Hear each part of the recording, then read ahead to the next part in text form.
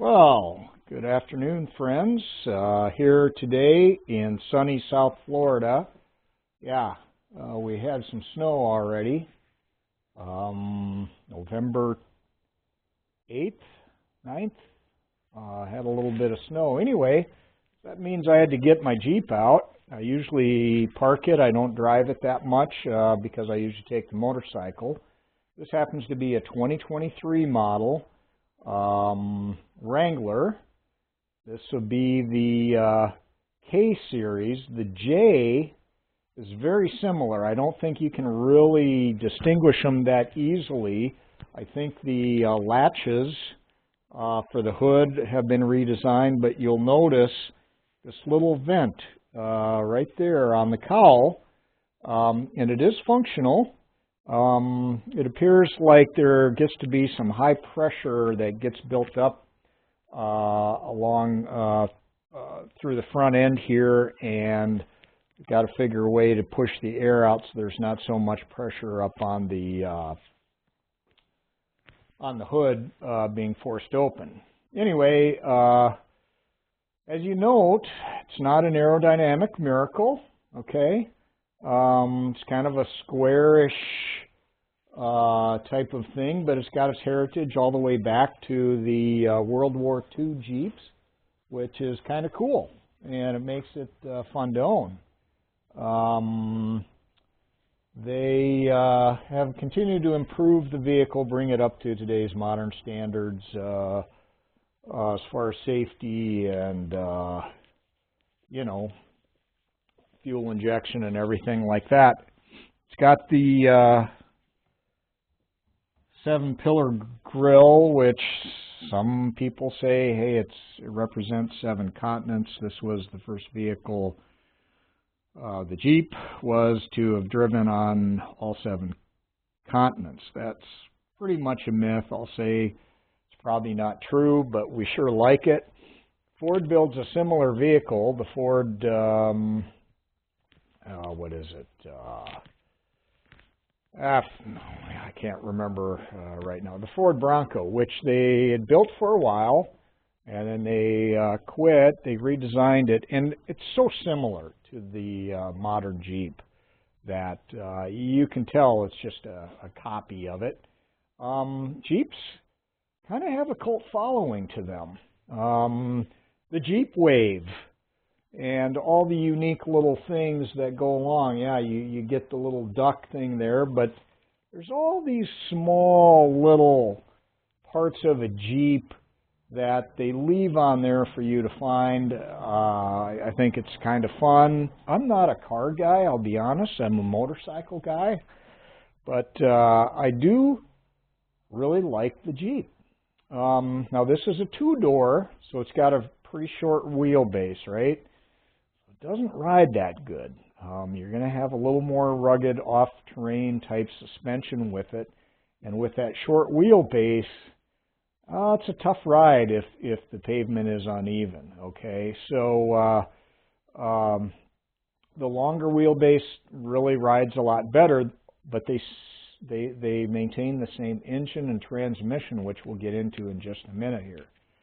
The cool parts about a Jeep are, hey, you can still fold down this windshield, all right? It's flat. It's a brick, right? It doesn't go through the air that well, and it really affects your gas mileage. Air just doesn't have a way to flow around it smoothly, and if you're pushing the wind, your gas mileage goes down quite a bit.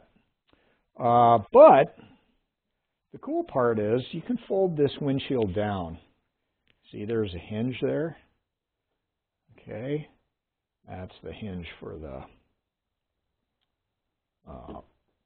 hood there. But yeah, you can fold this down, and that's what these things do here when you fold that. I haven't done that, but these panels come off really easily. Okay, and so do the doors. All you have to do is there's a bolt that you remove. They include that in your toolkit. Comes right off. It's kind of cool. It makes for a lot of fun. Now inside of here, here's this little strap that has it so that the doors lock here would be the up and down window actuation parts of it. But yeah, you take these off. You have to remove a screw here. It comes with the kit, and you pop them off. And I hang them up on these hangers here, get them out of the way. And the roof, you have a big latch here and a couple smaller little things, and these roof panels pop right off. Now, I know on older Jeeps, they didn't have a very good heater. I had a buddy who had a CJ5, terrible heater, but these do pretty well. And I live in an area where 10 below in the winter is, sometimes that's the way you drive to work. Very comfortable seats, right? Big storage area here. Okay, so you've got a pretty deep cavity there. Plus, you got a place here you can put your phone or whatever. Cup holders, they're lit up at night when you have the lights on. And also, we got a high-speed charger, USB, and an aux plug if you still want to, use that. It's got an 8-speed automatic transmission. I know everybody we got the manual transmission, which is a purist move and have their place for certain sure. But this transmission is actually, I believe it's a German design transmission. I think it might have been part of the Mercedes-Benz when they were actually partnering with things. They put that transmission in, which helps it get really good gas mileage. Window's pretty flat, and you'll see rock chips.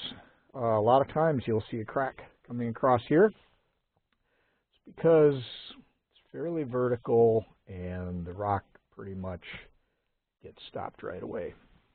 So these come with a Uconnect system, which is a really, really good system. Now, my 2023 has this smaller screen. 2024s have a little bit larger.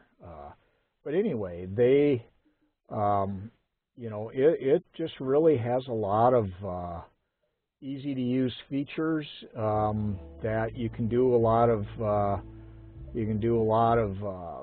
getting around into your apps. Apple CarPlay comes up on the screen. You can use the screen to use any of your apps that you want. Climate here, dual, right, left and right. Heated steering wheel, heated seats, all the good stuff.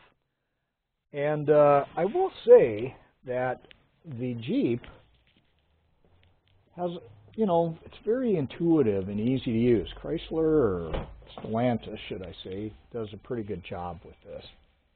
And for navigating around, it just has such nice, easy controls. You don't have to study the book, really. Look at that: coolant temperature, transmission oil temp pressures, oil life reset, battery voltage. It's all really convenient. It works really well. I like the old analog gauges. I for sure think, hey, it's kind of cool, the new flat screen gauges, but actually I'm kind of an old school guy. I prefer this here.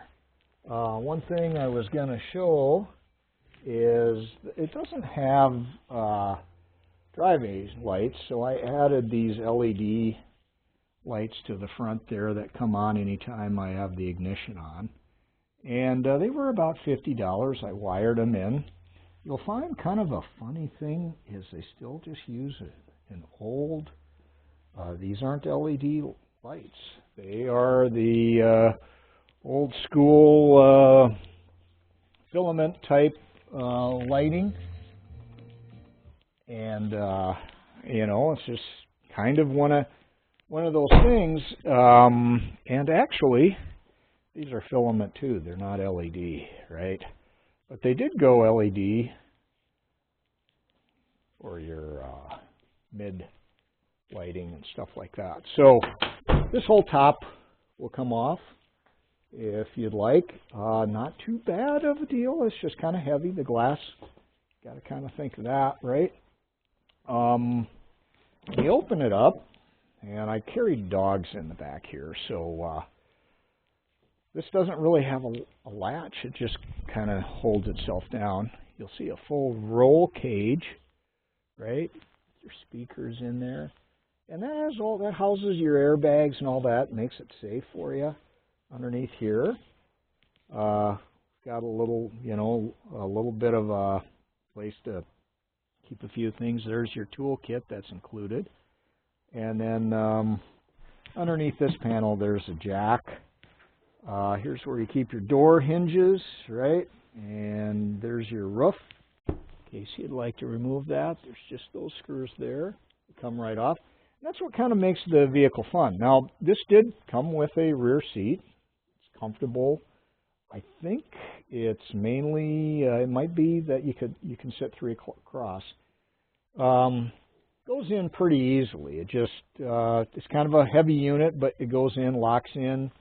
Obviously, we've got our shoulder harness and stuff like that, but I keep it out for the dogs. But when you have it in here, it leaves just a little bit of room. Now, you can put a roller bags and stack those up, but there's not a lot of room with them. And you can also just fold the seat forward, which gives you a lot more room. I just pull them out to, because my dog, she just likes to jump up in the back there and everything. But it's a really fun vehicle.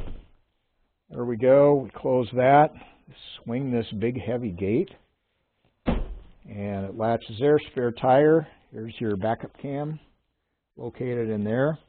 Now I added the hitch on the back there, and it also has a 4-pin flat plug that I added. It's kind of hidden up underneath there. And the reason I got that is that one time I went out camping. I had 3 dogs with everything like that. Gets a little tight, tent, you've got your lawn chairs, etc., sleeping bags. So you get these carriers and you just put them in the receiver there. This is, I believe, a Class 2. Supposed to be able to tow 3,500 pounds. The interesting thing is, with this short wheelbase model, you can only tow 2,000 pounds. And I think it's just because of sway control, things like that. Yeah, if I had to, I could put some luggage on that, and also if I ever wanted to tow anything. So I added these little graphics here. Bought these online. They were about $100 for that set there. Pretty heavy duty. They're supposed to last 6-7 years. Put them on both sides. I like it. Kind of makes the Jeep look a lot nicer. And then I added these graphics here. Found those on eBay, all vinyl. Went on. I recommend the wet method for applying those. Is it for everybody? Well, yeah, anybody can do it. You just really have to have a little time and a little help, right? I wouldn't recommend doing it by yourself. But they do go on. We'll look under the hood here. There's 2 engine options for these Wranglers currently. I chose the 3.6 liter V6. Now, they make a 2 liter turbo 2 liter that it gets about the same gas mileage, right?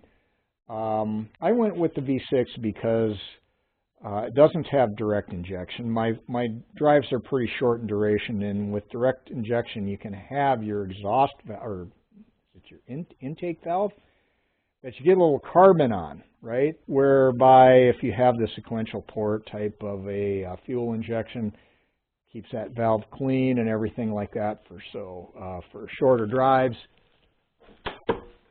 it works. Let me try to get the prop set here. Yeah, these are always, I'll just set that like that. So anyway, this V6, it's 3.6 liter. Very strong part of the Stellantis